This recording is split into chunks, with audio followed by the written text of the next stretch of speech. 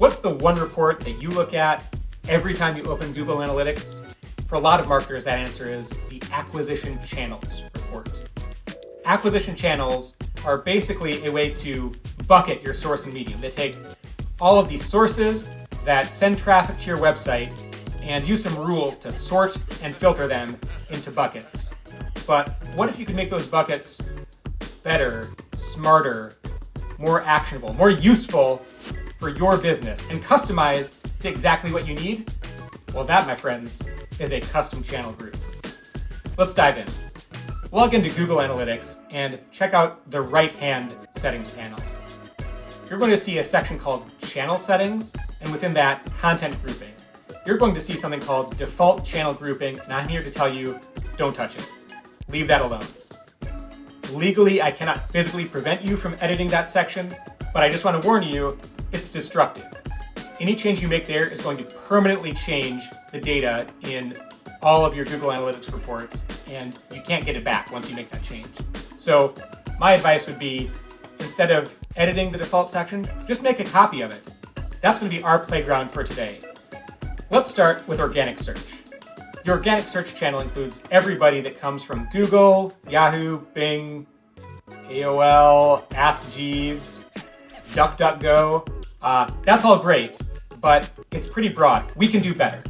I like to slice and dice that organic search channel into 2 or 3 or 4 different channels based on landing page. Here's why.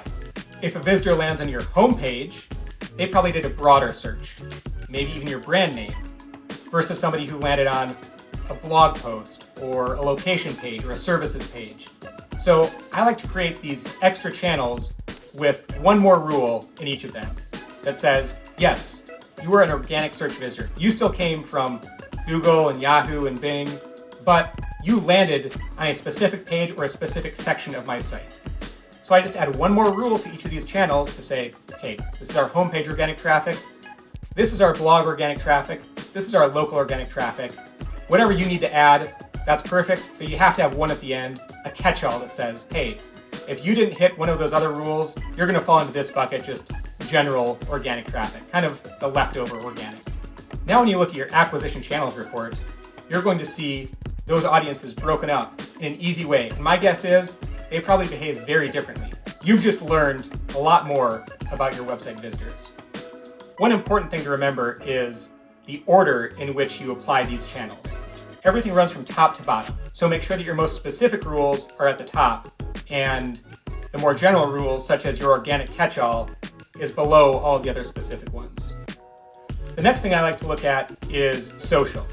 One common channel split I recommend is paid versus organic social. It's unfathomable to me that Google doesn't do this automatically, but they don't, so here we are. Now you can add rules to your paid social channel around however you tag those ads according to your tagging strategy. Rename the other social channel to organic social and just make sure you put paid above organic. Now everything's going to flow the right direction. You're all set and you've made your reports better already. There's so many other smart things you can do with your channel breakdowns. For email, if you have newsletter sends and automation sends, go ahead and split those up into 2 based on how you tag those with UTM tags. Or if you do paid search, branded and non-branded, you can split that out easily with the branded terms report. There's so much you can do here to make your report smarter, and the best part is you can see it right away. Go ahead and customize to your heart's content. Make it work for you.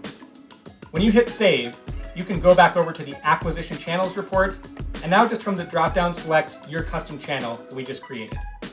The best part about it is it works on historical data too. You can see your past data with this new channel grouping and learn things you didn't know before. Or if it wasn't quite right, something didn't work out like you thought, go back, edit that channel you just made, and you can see the past data under that new setting. You can keep playing around to your heart's content until it is insightful and useful for you and your business.